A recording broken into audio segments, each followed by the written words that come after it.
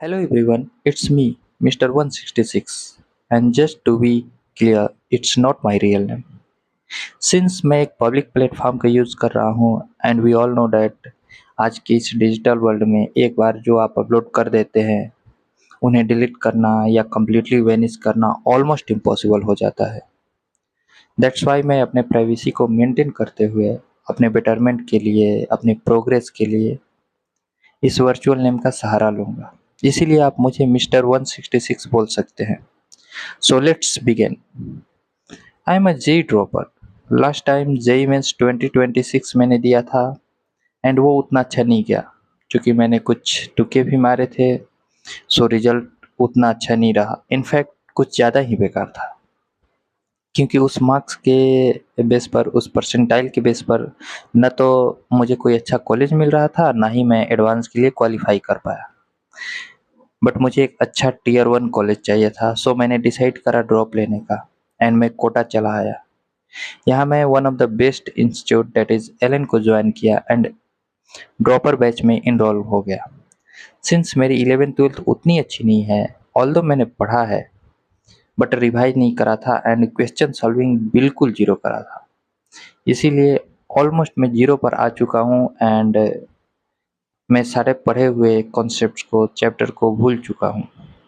मैंने यहाँ पर क्लासेस थोड़ी लेट ज्वाइन करी थी, दैट्स वाई मेरे थोड़े बैकलॉग्स हो गए हैं एंड एक और भी रीज़न है कि मेरी 11th-12th उतनी अच्छी नहीं है, इसीलिए क्लास में जब कुछ भी चीज़ पढ़ाया जाता है या कॉन्सेप्ट समझाया जाता है तो मैं 100% नहीं समझ पाता हूँ।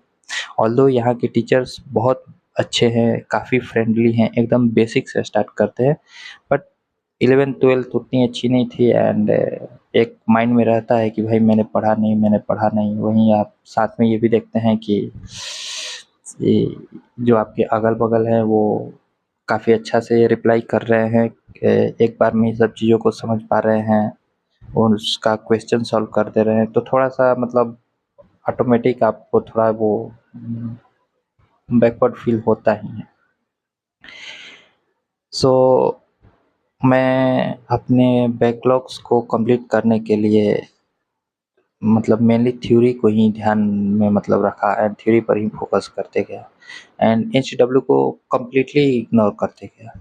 एंड आज जब मैं थ्योरी वाइज सारे बैकलॉग्स पूरा किए तो मैंने देखा कि मुझसे क्वेश्चन नहीं सॉल्व हो पा रहे हैं एंड इन सब के बीच में मैंने खुद को ऑब्जर्व किया,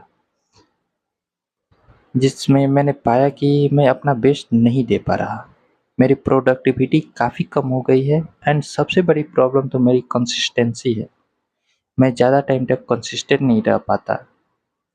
इसलिए मैं एक प्लान बनाया। मैं सोचा कि एक यूट्यूब चैनल बनाते हैं, जिसका यूज़ खुद के डिजिटल डायरी की तरह किया जाएगा एंड मैं ही करूँगा एंड इसका हेल्प खुद को बेहतर बनाने में, खुद के प्रिपरेशन को बूस्ट करने में मैं करूँगा। इसके लिए मैं एक 1 वीक का एक्सपेरिमेंट कर रहा हूँ। वही डिसाइड करेगा कि मैं इसे कंटिन्यू करूँ या ना करूँ। इस 1 वीक के एक्सपेरिमेंट के रिजल्ट के बेस पर ही मैं मतलब इसे कंटिन्यू करना है या नहीं करना है, मैं ये देखूँगा। अगर रिजल्ट पॉजिटिव रहा, अगर सब कुछ सही रहा, मैं अपने पोटेंशियल अपने या तो बेस्ट पोटेंशियल को रीच कर पाया तब तो ठीक है, इसको मैं कंटिन्यू करूँगा। और अदरवाइज अगर मुझे दिखता है कि इससे मुझे डिस्ट्रैक्शन हो रहे हैं या मैंने मतलब मेरा टाइम वेस्ट हो रहा है कि भाई ऐसा कोई भी डिस्टर्बेंस होगा तो मैं इसको कम्प्लीटली छोड़ ही दूँगा। मैं इस बीच मैं डेली एक-एक वीडियो अपलोड करूँगा, जिसमें मैं पूरा दिन के बारे में शेयर करूँगा कि मैंने अपना सारा टाइम कैसे स्पेंड किया, क्या-क्या किया, क्या मेरे टारगेट्स थे, कितने कंप्लीट हुए, सब कुछ मैं शेयर करूँगा। एंड मैं ये बताना चाहूँगा कि मेरा मेन गोल एक अच्छा रैंक अचीव करना है, ना कि यूट्यूबर बनना है। इसीलिए मैं इस यूट्यूब चैनल को कंप्लीटली डायरी की तरह ही यूज़ करूँगा। एकदम बोरिंग हो सकता है आपको देखने में लगे या फिर मुझे भी लगे, वो चलेगा। इसमें ज़्यादा टाइम स्पेंड नहीं करूँगा, ना ही एडिटिंग वगैरह या बैकग्राउंड म्यूज़िक, वॉइस वगैरह को सही करने में अपना टाइम वेस्ट करूँगा। एंड अभी तक आप लोग सोच रहे होंगे कि ब्लैक व्हाइट स्क्रीन या ब्लैक व्हाइट थीम क्यों है? तो मैं बताना चाहूँगा कि मैं जिस स्टेज में हूँ उस स्टेज में सारे एस्पिरेंट का लाइफ ऑलमोस्ट कलरलेस हो जाता है। मेरे वीडियो की थीम थीम की तरह ब्लैक एंड व्हाइट ही हो जाता है। लास्ट टाइम भी मैंने बहुत कुछ सैक्रिफाइसेस करा था, but due to some problem मैंने लास्ट टाइम में उतना अच्छा अपना नहीं बेस्ट दे पाया, इसलिए फिर से इस कलरलेस स्टेज में मुझे आना पड़ा।